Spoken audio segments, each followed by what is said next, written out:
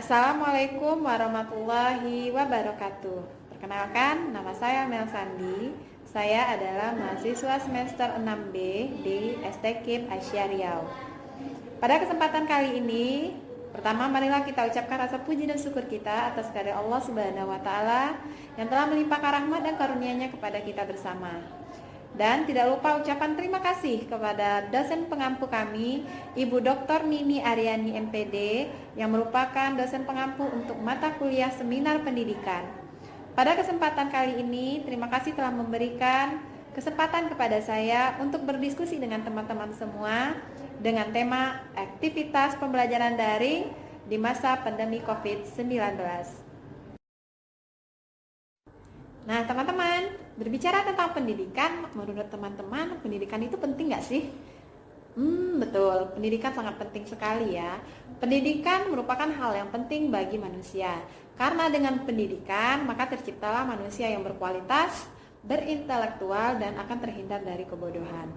Sebenarnya, negara pun telah mengatur dalam undang-undang bahwa setiap warga negara berhak untuk mendapatkan pendidikan yang layak. Hal ini bertujuan untuk meningkatkan pengetahuan serta kualitas dalam kehidupan manusia itu sendiri. Dalam kehidupan sehari-hari, kita bisa membedakan mana manusia yang berilmu dan manusia yang tidak berilmu. Hal ini bisa kita lihat dari tata cara mereka bertutur kata, kemudian cara mereka bersikap, dan pola pikir mereka, serta dalam menjaga emosi mereka itu sendiri. Selain itu, pendidikan bisa kita dapatkan melalui pendidikan formal dan pendidikan non-formal. Kalau untuk pendidikan formal, contohnya PAUD, itu ada RA, ada TK, KB, dan lain sebagainya. Kemudian dilanjutkan lagi dengan tingkat sekolah dasar, setelah itu sekolah menengah pertama, dan sekolah menengah atas. Dan kalau pendidikan non-formal, seperti bimbel, kemudian adanya les-les, nah itu merupakan contoh pendidikan non-formal. Jadi kita bisa mendapatkan pendidikan baik dengan cara formal maupun cara non-formal. Lalu bagaimana kondisi pendidikan di Indonesia saat ini? Bagaimana menurut teman-teman? Seperti yang kita ketahui bahwa semenjak bulan Maret tahun 2020,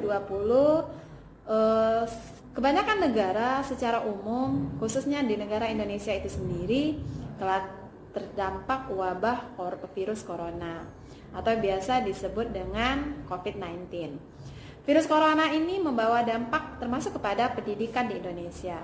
Pendidikan di Indonesia yang awalnya melakukan pembelajaran secara langsung atau tatap muka harus berganti secara tiba-tiba melalui pembelajaran jarak jauh melalui berbagai internet. Banyak memang aplikasi yang sudah ada yang bisa digunakan untuk pembelajaran secara daring. Namun perubahan yang secara tiba-tiba ini membuat kegalauan antara mahasiswa atau murid itu sendiri dengan pengajar.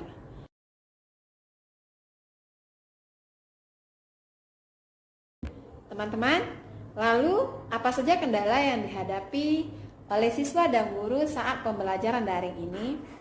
Ada beberapa kendala yang dapat terjadi saat pembelajaran daring. Yang pertama, penguasaan teknologi.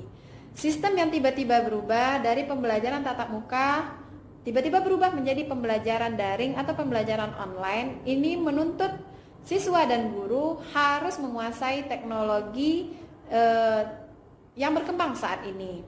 Kemudian kendala yang kedua adalah biaya dan jaringan internet. Meskipun pemerintah sudah mensubsidi biaya untuk kuota, namun perlu juga dikaji ulang karena adanya beberapa daerah yang masih belum memiliki jaringan internet yang memadai. Selanjutnya, adanya keterbatasan sarana dan prasarana. Seperti kita ketahui bahwa tidak merata, bahwa setiap siswa memiliki gadget seperti itu. Jadi hal ini juga bisa menjadi kendala atau penghambat dalam pembelajaran daring ini. Nah, selanjutnya kita berbicara tentang dampak pembelajaran daring. Selain dampak negatif, tentu ada dampak positif yang dihasilkan dari pembelajaran daring ini. Dampak positif yang pertama adalah siswa lebih nyaman mengungkapkan pendapat atau idenya. Hal ini mungkin bisa kita lihat karena ada beberapa siswa yang tidak pede ketika berbicara langsung dengan gurunya. Kalau melalui online, masih ada media pembatas antara guru dan siswa.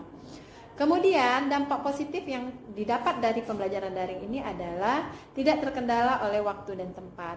Pembelajaran daring bisa kita lakukan kapan dan di mana saja selagi jaring internetnya tidak bermasalah ya teman-teman ya. Selanjutnya ada dampak negatif. Dampak negatifnya adalah kesulitan dalam memahami materi pembelajaran.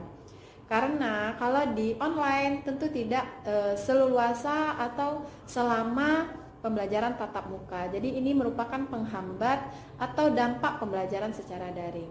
Yang kemudian yang berdampak negatif lagi gaya belajar dari siswa itu sendiri. Biasanya belajarnya dengan teratur tiba-tiba berubah dengan pembelajaran jarak jauh. Ini akan membuat gaya belajar siswa itu sendiri akan otomatis berubah. Nah, teman-teman, jadi menurut teman-teman bagaimana nih? Apakah pembelajaran daring di masa pandemi COVID-19 ini sudah efektif? Ya, kalau berdasarkan kendala-kendala yang dihadapi dan dampak yang dihasilkan, bisa kita simpulkan bahwa pembelajaran jarak jauh atau daring di masa pandemi COVID-19 ini belumlah efektif. Hal ini terlihat dari kendala-kendala yang masih banyak sekali kita temui di tengah-tengah masyarakat kita.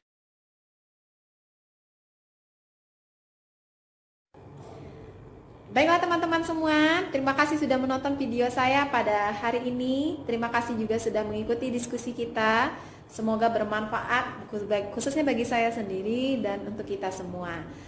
Mohon maaf apabila ada kesalahan. Wabillahi taufiq wal hidayah. Wassalamualaikum warahmatullahi wabarakatuh.